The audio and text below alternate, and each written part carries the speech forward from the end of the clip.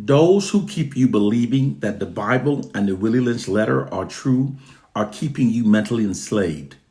Those of us who try to elevate your minds above those false beliefs are trying to free you from a mental prison that you don't even know you're trapped within. Don't dispute this fact that's being kept from you for those lies you've been misled to believe.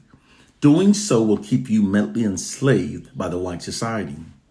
It's the real black people's matrix. If you're willing to critically think, apply common sense, and give me roughly 10 minutes, I can prove that our plight has nothing to do with the Bible and that our condition has nothing to do with the Willie Lynch slave syndrome. And you'll be rewarded for doing so with a mind that's finally functioning based upon what is true. Critically thinking is what opens our eyes to reality. Let's begin with Christianity. When critically thinking, it becomes clear that the early white Christians' conversion of Africans into their religion had nothing to do with saving African souls so that Africans could join them in heaven during the afterlife. This is an irrefutable fact because the early white Christians believed that Africans had no souls and that heaven was for whites only.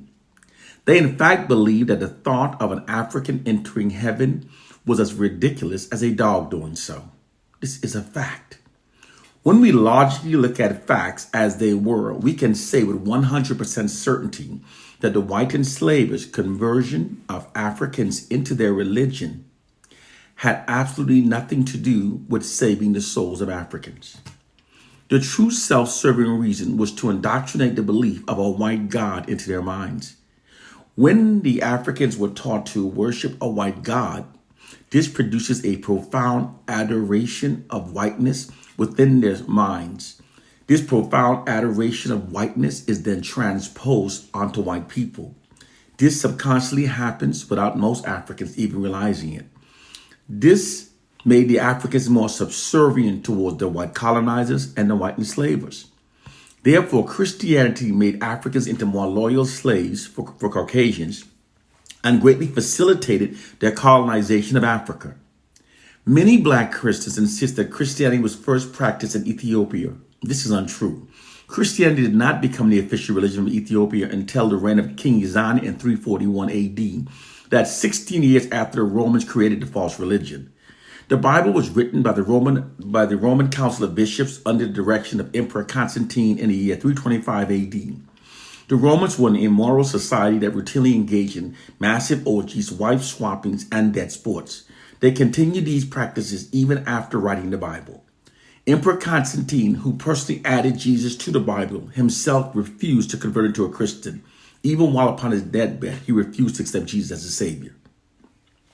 These noted combined factors with the additional fact that the Bible strongly condones slavery and it was brutally beaten into the blood-soaked minds of our ancestors totally disqualifies it from being truly of God.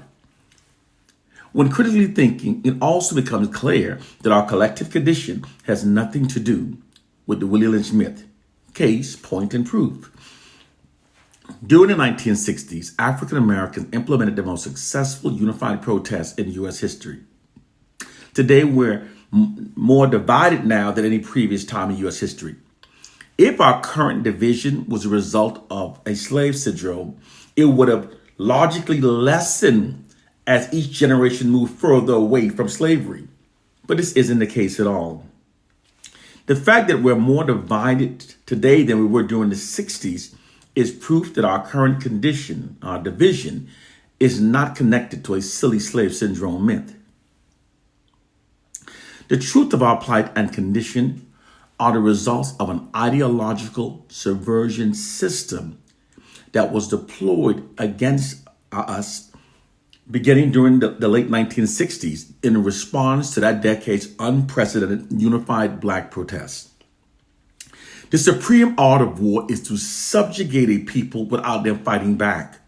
White oppressive forces achieve this supreme art of war objective by deploying an ideological subversion system against the African American population. And it works so well that all white nations now deploys it against their black populations.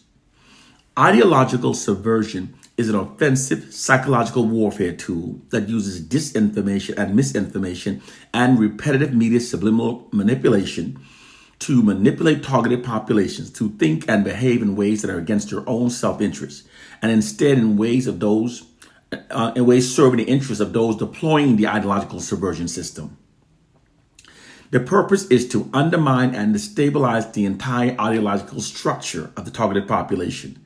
It works by spreading so much disinformation into the Black community until virtually everything believed by the Black population are lies that hinders our liberation.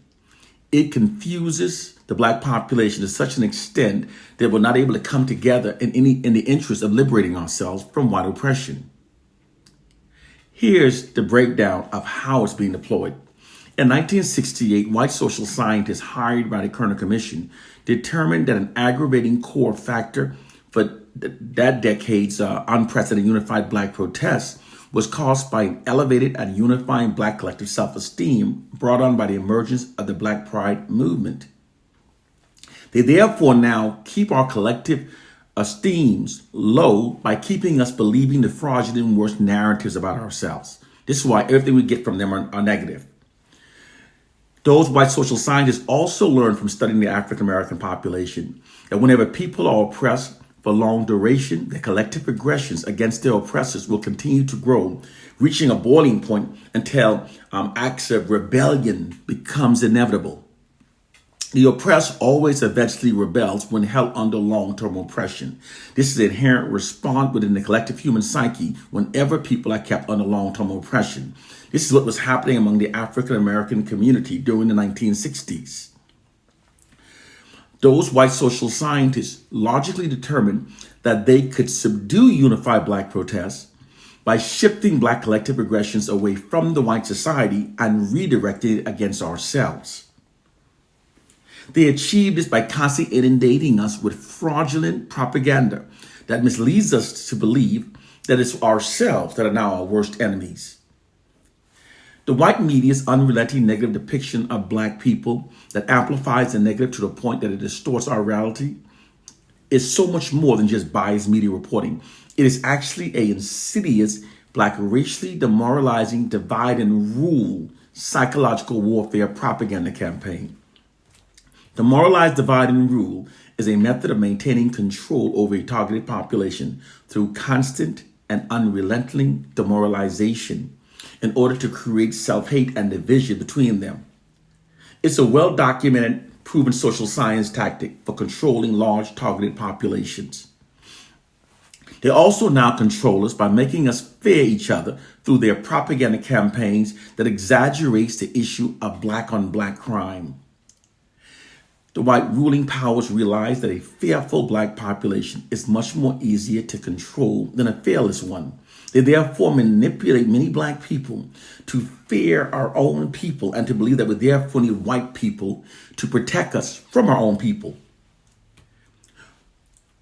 When people are gripped by fear of a threat, people's rationality shuts down, making them easily manipulated by those promising them safety from the threat. Fear is one of the most powerful human emotions, and it can be used as a tool for controlling targeted populations. Fear within a targeted population are often consequences of narratives created by those in positions of power. Individuals looking to take advantage of and manipulate others have long realized the power of invoking fear within a targeted population. Ruling classes for many years have understood the power of intentionally invoking fear into a subordinate population as a means of social control. It's called fear psychosis.